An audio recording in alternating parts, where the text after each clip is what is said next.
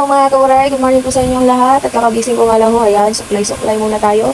Kasi nga habang nag-aantay pa ako sa pinapakulo kong tubig para makapagtimpla na ako ng kape, supply muna, syempre, ganyan ang gawain pagkabago. Dito banda mga kawaray ay kumukulo na nga ho yung tubig na aking ininit. Kaya ayan, pinatay ko muna yung apoy. Ayan ho mga kawaray, nagpabalik naman ho ako para mag-supply. Nagkaganda-gandahan na naman ang first ng char. Ganyan talaga ako mga kawaray, pagising sa umaga, syempre magsusuklay, tataliin yung buhok kasi importante yun sa akin na palaging nakatali yung aking buhok. Kailangan naman ho talaga magtali ng buhok. Lahat mo ng mga babae, kailangan. Di ba?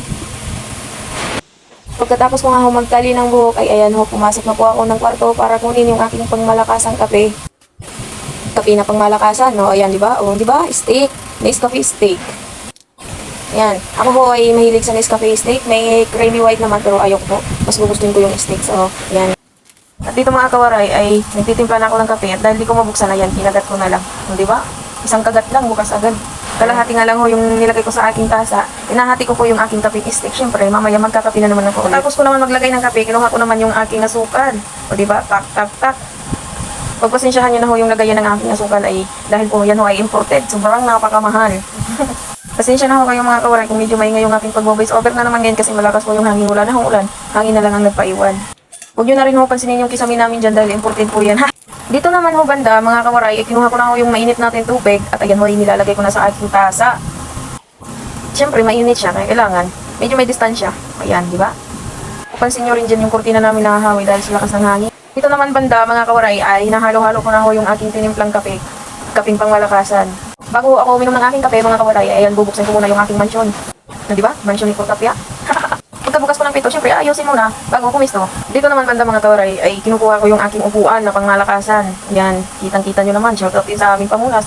Dito naman banda mga kawaray, syempre pagkatapos ko makuha yung aking upuan ay ayan, uupo na si madam, smell pa. Diyan naman ho banda, yan, kitang-kita nyo naman ho, nakalipat ko pa si madam, hawak-hawak yung kanyang tasa. Diyan naman ho banda mga kawaray, mapapansin nyo ho na malakas po yung hangin. Wala na hong ulan, pero yung hangin po ay napaiwan. Kitang-kita nyo naman ho dyan mga kawaray kung gaano kakalat yung bakura namin ay dahil po yan sa malakas na ulan at sa hangin. Ito po kami makapaglinis ng aming bakuran mga kawaray kasi nga sobrang lakas ng hangin. Paglilinis kami bumabalik pa rin. Dito naman ba mga kawaray, yan, kita-kita nyo naman ako nakaupo. Ayan, hinihipan-hipan ko pa yung aking kape. Siyempre, mainit. Bago inumin, hipan muna, di ba? Siyempre, hindi naman natin kaya lumunok ng sobrang napakainit. So, ayan, hinihipan muna bago. Hindi ko rin naman gusto na makaso yung aking bibig dahil lang sa mainit na kape. Kaya kailangan, hipan muna bago inumin, di ba?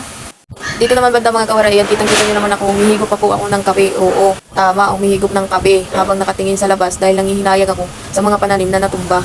Kitang-kita nyo naman dyan mga kawaray na napakakalat ng aming bakuran at napakaraming puno ng saging ang natumba. Nangihinayang nga lang ako mga kawaray kasi nga yung ibang puno ng saging ay may mga bunga pero maliliit pa. Pati yung iba naming pananim, ayan, kitang-kita nyo naman dyan.